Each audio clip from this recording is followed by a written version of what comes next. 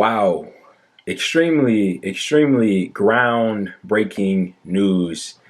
The country has been shaken by Staten Island, by Amazon workers, by Mr. Chris Smalls. If you haven't heard, and I doubt you haven't, because it's taken, like I said, the country and grinded it to a halt for all of us to recognize his grand accomplishment.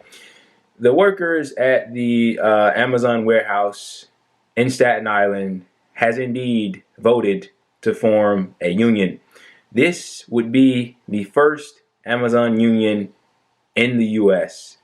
I mean, words can't really describe how major of an accomplishment this is and the precedent that this sets for the future, not only for fellow Amazon workers, but for fellow workers in general. Employees cast 2,654 votes to be represented by Amazon Labor Union and 2,131 votes against, giving the union a win by more than 10 percentage points, according to the National Labor Relations Board. This is spectacular, and it's a very interesting situation. I won't really get into the particulars, but this unionization effort was led by a man by the name of Chris Smalls. Just to give you a little bit of his backstory, I hope I don't butcher it here, but anything's warranted with me. He is a veteran at Amazon. He's been working there for years.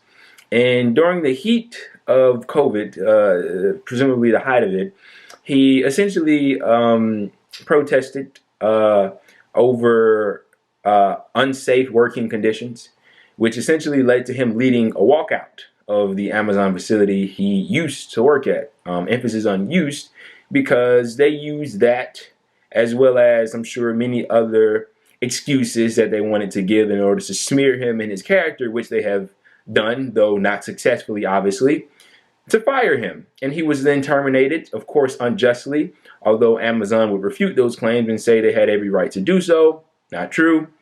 And he took that and said, okay, fine. And essentially what they did is they awoke a beast. And he is the president of the Amazon Labor Union, I believe. And with his fellow workers and people close to him, he led his unionization effort, and they were victorious. And this is obviously, they're independent. They are not represented by any big official unions. They don't have a lot of funds. They don't have a lot of resources.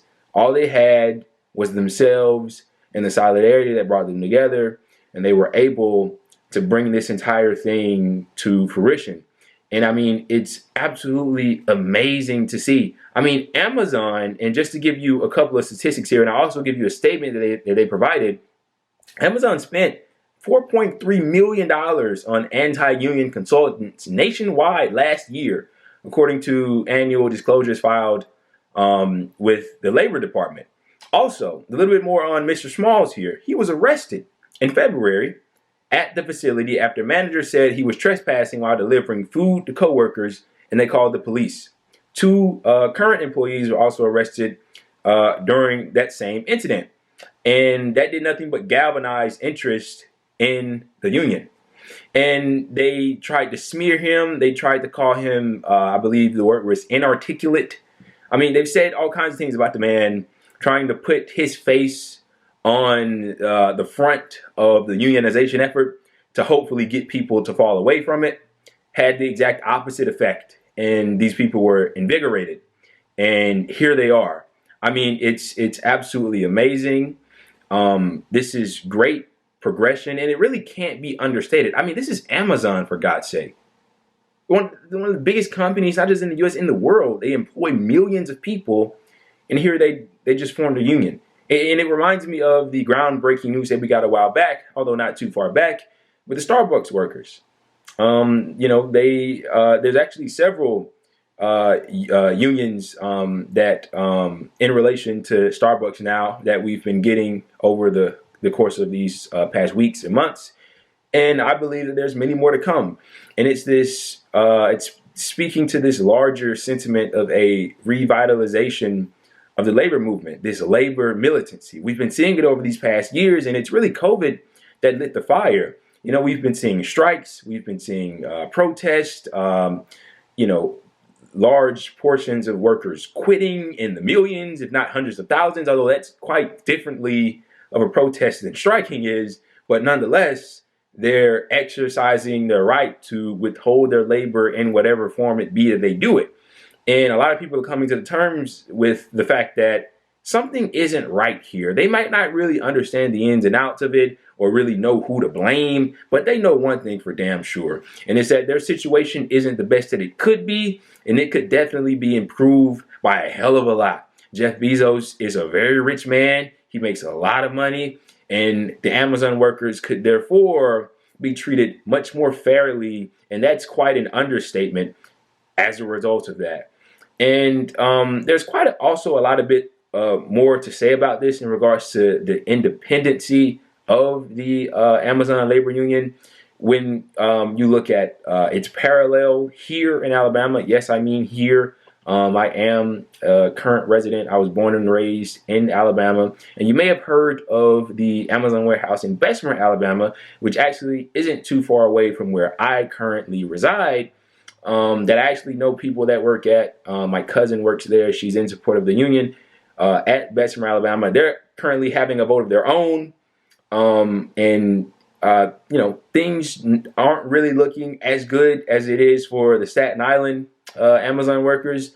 There's a large enough amount of votes that are contested to make us unsure of the results for days, maybe even weeks to come. So we'll have to, you know, figure out what's going on there. And that's an entirely different conversation of why they're experiencing difficulty.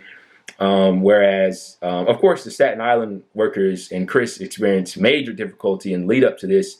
But although they were victorious at the end, I mean, one is in Alabama, one is in New York. I mean, that kind of says enough on its own. But that's an entirely different conversation for the entirely different video.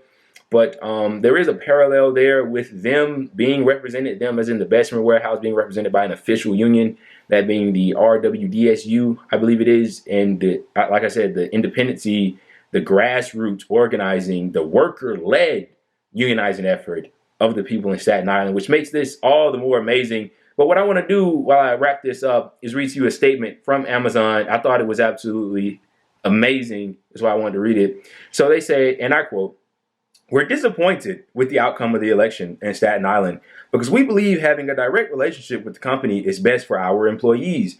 An Amazon spokesperson said, "We're evaluating our options, including filing objections based on the inappropriate and undue influence by the NLRB that we and others, including the National Retail Federation and U.S. Chamber of Commerce, witnessed in this election." So they're pissed off that the union efforts succeeded, and now they're blaming the NLRB. And they're trying to take action. Look, they do whatever the fuck they want to do. The moral of the story is the workers have spoken. They've spoken. And they've made their decision. And they are victorious. And look, I'll end by saying this. We currently live in a time of great tumult and hardship, many may say, and many will agree upon. I can attest to that myself. Things that occur in my personal life can definitely be improved upon. And I don't always see the light at the end of the tunnel, as I'm sure many others can attest to. But in this time of great tumult and hardship and like pain and sadness in many cases, you know, when you get stories like these, it really does put a smile on your face. And it may even cause you to get a little bit emotional because, you know, I make videos and I talk about how we need a system change, how things just aren't right here, how workers have just been treated so poorly over the past several decades. I mean, it started, or the attack on workers and unions, specifically a great point would be, the Taft-Hartley Act back in the late 1940s. And I mean, ever since then, it's just been this assault on the working class, and they've never really recovered. And you're seeing here, workers are becoming more conscious of their situation, and they're deciding to fight back. And this is just another glimpse of it, although a major glimpse. And it's just one of those things that you hear about when you're getting so much bad news and negative things currently being put in front of your face. And then you get hit with this, and it shows you that a lot of the things that may seem impossible, or maybe not impossible, but incredibly difficult, are actually just that. they are incredibly difficult, but they aren't impossible. Because look, who really thought that, other than the people that were a part of it and believed in it? And of course, there's the people that were on the outside that truly believe in issues like these. But I mean, it was a long shot. You know, they're an independent union, and they decided to embark on this endeavor, and they were successful. I mean, many people thought it was going to fail, I'm sure. Many people wanted it to fail, and it didn't.